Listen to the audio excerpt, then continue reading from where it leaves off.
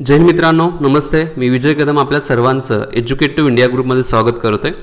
तर 500 महत्त्वाचे top current affairs plus GS हे जे लेक्चर सिरीज चालू आहे याच्यामधलं 4थं लेक्चर आहे राज्यसेवा पूर्व परीक्षा 2020. त्याचबरोबर यूपीएससी जे आहे पूर्व परीक्षा 2020ची आणि कंबाईनची पूर्व परीक्षा 2020 आणि इतर सर्व परीक्षांच्यासाठी एक कॉमनली वार्षिक करंट अफेअर्सचे महत्त्वाचे मुद्दे मी डिस्कस करत आहे मित्रांनो.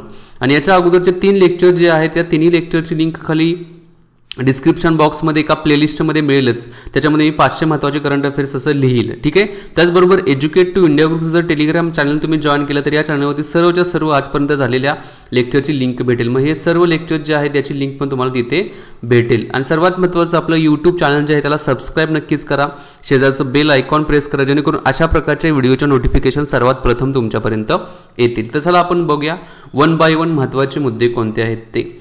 आजचा पहिला मुद्दा जो आहे या 500 महत्त्वाचे करंट अफेअर्स मधला तो आहे 26 नोव्हेंबर या दिवसासंदर्भात आहे. आता 26 नोव्हेंबर हा दिवस संविधान दिवस म्हणून साजरा केला जातो. संविधान दिवस म्हणून काय केला जातो? साजरा केला जातो. आता याच्या पाठीमागची हिस्ट्री काय सगळ्यांना माहीत आहे तरी पण सांगतोय मी. 26 नोव्हेंबर 1949 रोजी भारताची घटना काय करण्यात आली होती तर स्वीकारण्यात आलेली होती. ज्यावेळेला भारताची घटना स्वीकारली त्यावेळेला भारताच्या घटनेमध्ये 395 कलमं होती. त्याचबरोबर 8 अनुसूची होत्या. अनुसूची 8 आणि 22 भाग होते. आजही हेच आहेत. फक्त अनुसूची काय झालेल्या आहेत 4 एक्स्ट्रा झालेल्या आहेत. आजच्या घडीला एकूण 12 अनुसूची आहेत. आणि कलमाचा विचार केला तर जी कलमं आहेत या कलमामध्ये उपकलम समाविष्ट करण्यात आलेली आहेत. उपकलमे जे आहेत ते समाविष्ट करण्यात आलेली आहेत. काही पुस्तकांच्या मध्ये उपकलमांना एकत्रित करून 465 470 वगैरे दिलेले आहे.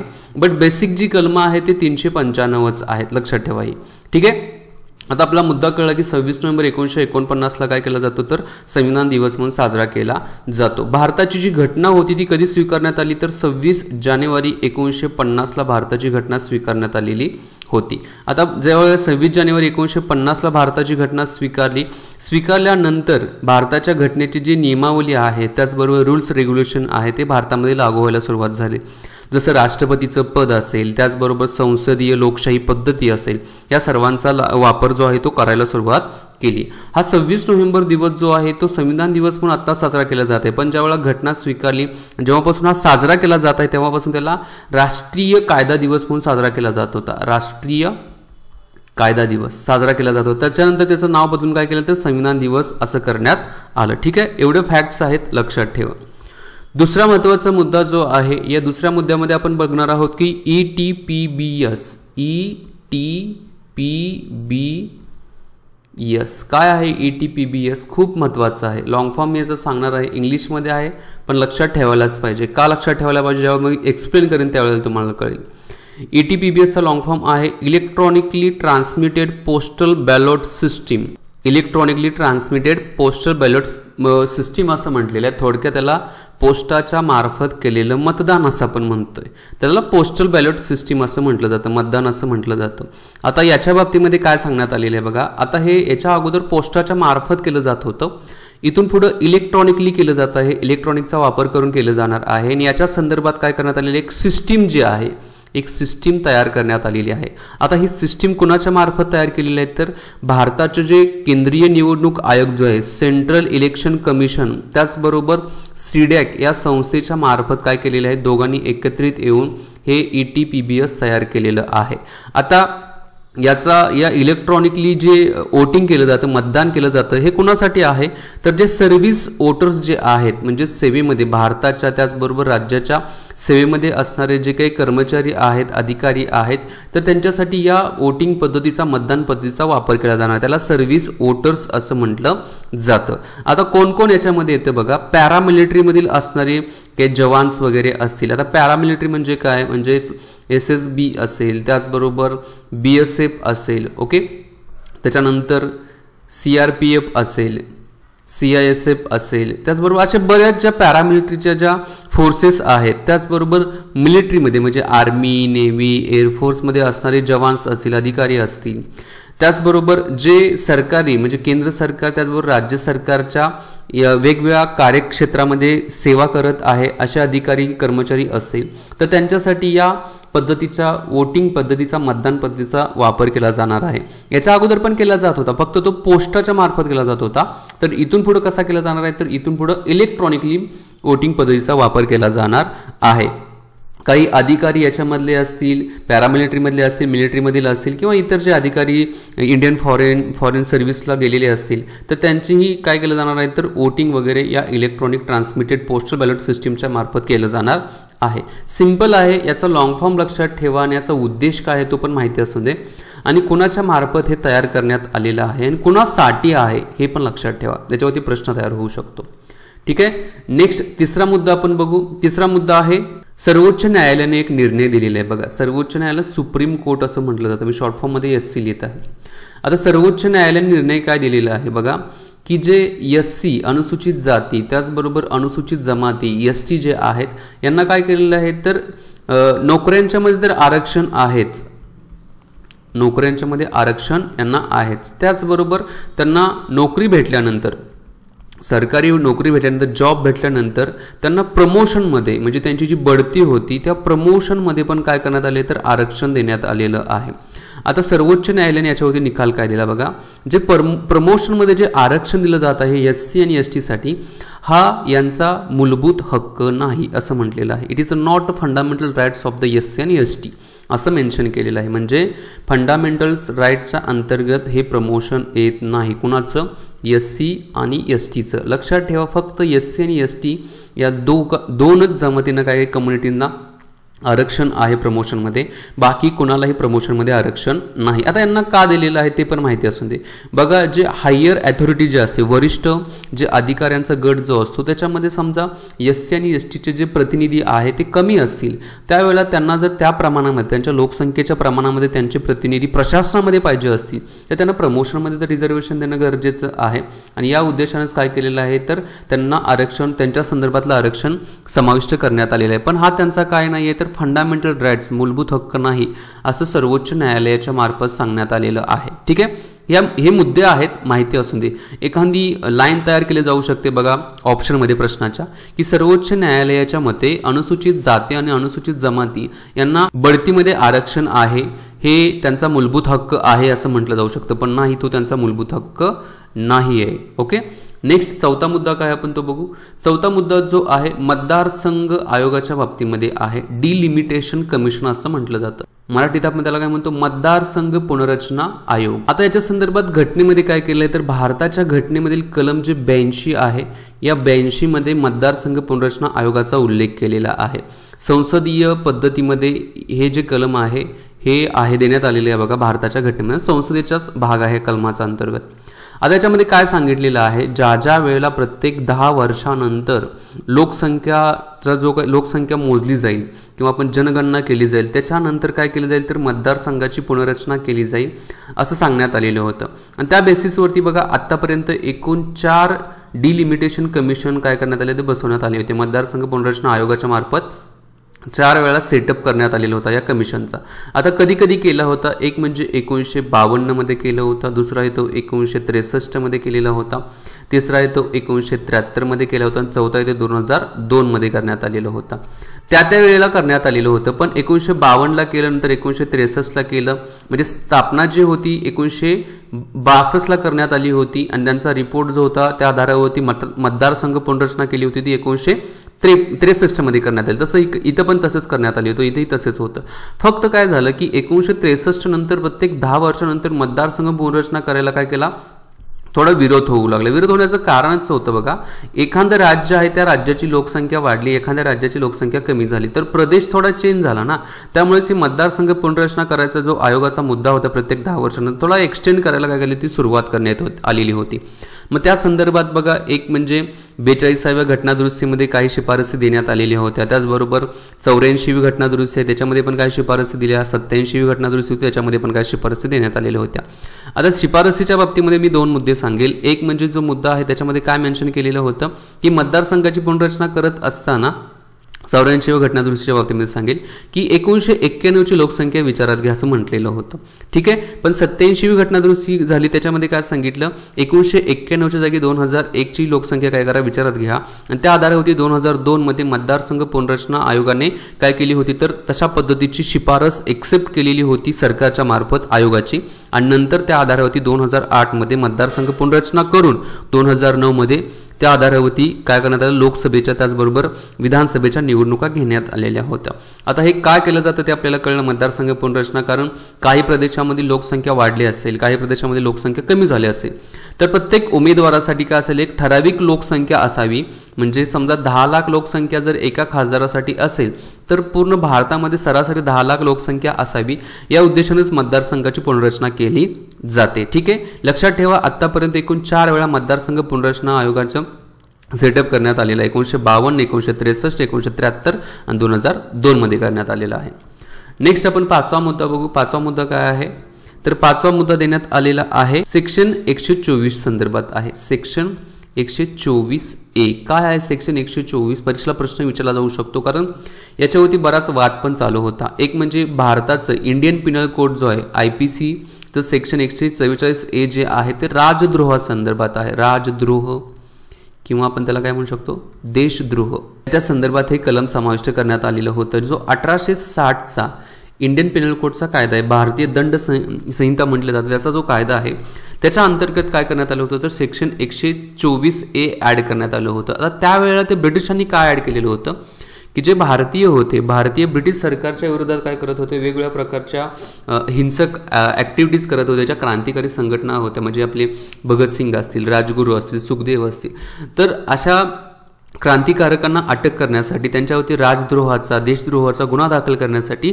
124A हे काय करण्यात सेक्शन समाविष्ट करण्यात आलं होतं IPC मध्ये. पण आता IPCचं हे कलम आजही जिवंत आहे, आणि याच्यामध्ये आणखी मुद्दा काय ॲड केलेला आहे बघा, की एखादी व्यक्ती जर सरकारच्या विरोधात, म्हणजे आजच्या पण सरकारच्या विरोधात हेट्रेट म्हणजे सरकारला दूषणे देणे, सरकारच्या विरोधात किंवा सरकारच्या एखाद्या व्यक्तीच्या विरोधात एक टीकात्मक बोलणे, हे काय आहे, तर या IPC सेक्शन जो आहे 124च्या अंतर्गत राजद्रोह आहे असं सांगण्यात आलेलं आहे. आता याच्यामध्ये एक मुद्दा आपल्याला येत आहे, भारताच्या घटनेचं कलम 19 उपकलम 1 त्याचा भाग जो आहे तो A. याच्यामध्ये काय सांगितलेलं आहे की freedom of speech and expression, तुम्हाला भाषण स्वातंत्र्याचा अधिकार आहे, त्याचबरोबर तुमच्या भावना प्रकट करण्याचा अधिकार आहे. मग या सेक्शनच्या अंतर्गत कलम 19 क्लॉज A मधला, क्लॉज 1 मधला जे उपक्लॉज जो आहे किंवा उपकलम जे आहे आपण म्हणू A, याच्यामध्ये काय होतं की याचं उल्लंघन केलं जात आहे ना. मग याच्यामध्ये एक मध्यस्थ मार्ग काय काढण्यात आलेला आहे. समजा तुम्हाला ठीक आहे, सरकारवरती तुम्ही क्रिटिसिझम करू शकता, टीका करू शकता, पण ती टीका कसली पाहिजे, तर अभ्यासात्मक टीका असणं गरजेचं आहे, आणि त्या टीकेमध्ये एक रास्त काहीतरी काय पाहिजे, खरेपणा पाहिजे. कोणत्याही चुकीच्या मार्गाने तुम्ही सरकारवरती टीका करू शकत नाही, आणि तसं जर केलं तर तुमच्या विरोधात IPC सेक्शन 124A अंतर्गत राजद्रोहाचा गुन्हा दाखल केला जाऊ शकतो. बघा JNU मध्ये 2016 मध्ये बघा एक प्रकरण झालं होतं, भारताच्या विरोधात घोषणाबाजी करण्यात आलेली होती. त्याचबरोबर भारताचा जो राष्ट्रध्वज होता तो तिथं जाळण्यात आला होता, त्याचा अपमान करण्यात आलेला होता. हा जो सेक्शन 124A अंतर्गत तो राजद्रोह, देशद्रोह आहे असं म्हटलं जात होतं. पण तिथं ज्यांनी तशा पद्धतीचं वर्तन केलं त्यांनी काय म्हणलेलं की आम्हाला कलम 19 उपकलम A पहिलं जे आहे त्याचा जो क्लॉज A आहे त्याच्या अंतर्गत आम्हाला freedom of speech and expression आहे. मग या वादातून काय झालेलं होतं, तर सेक्शन 124A हा चर्चेत होता. सो आपल्याला त्याची पूर्ण हिस्ट्री कळलेली आहे की सेक्शन 124A काय आहे तो. नेक्स्ट आपण मुद्दा बघू. नेक्स्ट 6 नंबरचा मुद्दा जो आहे, या 6व्या मुद्द्यामध्ये आपण बघणार आहोत राष्ट्रीय सुरक्षा कायदा 2019. राष्ट्रीय 2019 राष्ट्रीय सुरक्षा कायदा आहे, याला म्हटलं जातं नॅशनल सिक्युरिटी ॲक्ट 2019 असं म्हटलं जातं. आता याच्यामध्ये काय काय सांगितलं आहे बघा, सिम्पल आहे की नवीन जो राष्ट्रीय सुरक्षा कायदा तयार करण्यात आला, याच्यामध्ये कोणत्याही व्यक्तीला कोणतंही कारण नसताना, रिझन नसताना फक्त संशयित म्हणून काय केले जाऊ शकते, तर अटक केली जाऊ शकते, अरेस्ट केलं जाऊ शकतं. अरेस्ट केल्यानंतर त्या व्यक्तीला 10 दिवस त्याला कोणत्या कारणासाठी अटक केलेली आहे त्याच्याविषयी काहीच सांगितलं जात नाही. त्याच्यामध्ये त्याच्याकडून वेगवेगळ्या प्रकारची चौकशी पण केली जाऊ शकते असं पण सांगण्यात आलेलं आहे. ठीक आहे, आता कारण नसताना अटक केलेली आहे म्हणजे कोणाला पण करू शकतो का, नाही. जर समजा एखाद्या गव्हर्नमेंट ऑफिशियल जे आहे, जी सुरक्षा कायद्याच्या अंतर्गत प्रोटेक्शन करत आहे, पोलीस प्रशासन असेल, पॅरामिलिटरी असेल, मिलिटरी असेल, त्यांना असं वाटलं की हा जो व्यक्ती आहे हा देशासाठी त्याचबरोबर देशाच्या कायदा आणि सुरक्षेच्या बाबतीमध्ये घातक असं काहीतरी काय करत आहे, नियोजन करत आहे, देशावरती काहीतरी अतिरेकी हल्ला करण्याच्या उद्देशाने काहीतरी चालू आहे, अशा पद्धतीनं जर एखादी व्यक्ती जर गिल्टी सापडली तर त्याच्यावरती राष्ट्रीय सुरक्षा कायदा 2019 अंतर्गत अटक केली जाऊ शकते आणि त्याला तुरुंगात टाकलं जाऊ शकते किंवा एखाद्या अननोन ठिकाणी घेऊन जाऊ शकतो. आता हे 10 दिवस त्याला काहीच सांगितलं जात नाही. त्याचबरोबर त्या व्यक्तीला असे एकूण 12 महिने काय केले जाऊ शकते, तर अटक केली जाऊ शकते. हा एक बदल जो आहे राष्ट्रीय सुरक्षा कायद्यामध्ये करण्यात आलेला आहे. पूर्वी असायचा तो एका टेररिस्ट ग्रुपच्या बाबतीमध्ये असायचा, पण आता काय करण्यात आलं, तर एक व्यक्ती जरी संशयित सापडली तर त्या व्यक्तीला या राष्ट्रीय सुरक्षा कायद्याच्या अंतर्गत अटक केली जाईल असं सांगितलेलं आहे. आता याला अटक केल्यानंतर त्याला कोणत्याही प्रकारचा लॉयर वगैरे हायर करता येणार नाही. लॉयर हायर करता येणार नाही इन द सेन्स की त्याच्यावरती खटला दाखल केला जाऊ शकतो, पण त्याची बाजू मांडायला कोणताही लॉयर नसणार आहे आणि खटला जो असणार आहे तो उच्च न्यायालयाच्या मध्ये दाखल केला जाणार आहे. या फॅक्ट्स आहेत, लक्षात ठेवा, म्हणजे याच्यावरती ऑप्शन तयार होऊ शकतो. नेक्स्ट 7वा मुद्दा जो आहे तो आहे तुलू भाषेच्या बाबतीमध्ये. तुलू ही एक भाषा आहे. कोणत्या भागामध्ये ही भाषा बोलली जात आहे, तर ही कर्नाटक आणि केरळा या राज्यामध्ये ही भाषा बोलली जात आहे.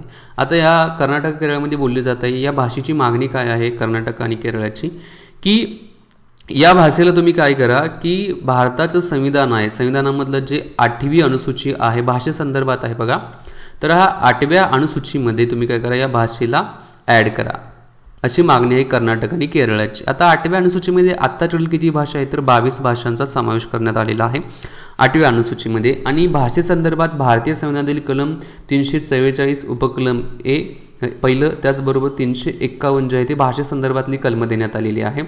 आणि या तुलू भाषेला ॲड करा अशी मागणी चालू आहे. थोडं आपल्याला कोणत्या भागामध्ये ही भाषा बोलली जाते ते कळलं. भारताचं जे काही 8वं शेड्यूल आहे किंवा आपण त्याला 8वी अनुसूची म्हणतो, त्याच्यामध्ये 22 भाषा आहेत ते पण समजलेलं आहे. मराठी भाषा आहे का याच्यामध्ये, डेफिनेटली मराठी भाषा आहे ना. 22 भाषांच्या मध्ये मराठी आहे, उर्दू आहे, तेलुगू आहे, तमिळ आहे, मल्याळम आहे, हिंदी ऑलरेडी पहिल्यापासूनच आहे, त्याचबरोबर गुजराती आहे. अशा बऱ्याच एकूण 22 भाषा काय तर याच्यामध्ये देण्यात आलेल्या आहेत. तर तुलू भाषेचा पण समाविष्ट करायची मागणी चालू आहे. ठीक आहे, थोडी भाषा माहिती असून ते कोणते आहेत ती. नेक्स्ट मुद्दा जो आहे तो 8वा मुद्दा कशा संदर्भात आहे, तर हा आहे anti defection law. Anti defection law याला आपण मराठीमध्ये म्हणतो पक्षांतर बंदीचा कायदा. हा कायदा 1985चा आहे. याच्यावरती मी बऱ्याच वेळेला सांगितलेला आहे, आता त्याच्यावरती खूप चर्चा होती ना, त्यामुळे अँटी डिफेक्शन लॉ खूप चर्चेत आहे. 1985चा हा कायदा आहे. याच्या संदर्भात 52वी घटना दुरुस्ती झाली होती, कॉन्स्टिट्यूशनल अमेंडमेंट म्हणतो, कॉन्स्टिट्यूशनल अमेंडमेंट झालेली होती. आणि त्याच्यामध्ये काय सांगण्यात आलेलं आहे बघा, ए ही व्यक्ती आहे, ही व्यक्ती एक्स या पक्षातून निवडून आलेली असेल तर ती व्यक्ती वाय हा पक्ष काय करू शकत नाही, तर जॉईन करू शकत नाही. समजा तिनं जर वाय हा पक्ष जॉईन केला तर ती अँटी डिफेक्शन लॉच्या अंतर्गत काय झाली, तर अपात्र झालेली आहे. आणि ही अपात्रता कोणाच्या मार्फत ठरवली जाते, त्या सभागृहाचा जो पीठासीन अधिकारी आहे, पीठासीन अधिकारी. आता पीठासीन अधिकारी म्हणजे कोण, तर आपण याच्यामध्ये लोकसभेचा विचार केला तर लोकसभेचा पीठासीन अधिकारी असतो तो स्पीकर असतो, त्याला आपण लोकसभेचा अध्यक्ष म्हणतो. आणि राज्यसभेचा विचार केला तर तो सभापती असतो. तर या दोघांच्या मार्फत त्याला काय केलं जाईल, अँटी डिफेक्शन लॉच्या अंतर्गत अपात्र घोषित केलं जाईल. ठीक आहे, याच्या संदर्भात शिफारसी देण्यात आलेल्या आहे. हे झालं सेंट्रल लेवलला, केंद्राच्या लेवलला झालंय. राज्याच्या लेवलला कोण ठरवतं, स्टेट्स लेवलला स्पीकरच्या जागी असतो तो विधानसभेचा अध्यक्ष असतो.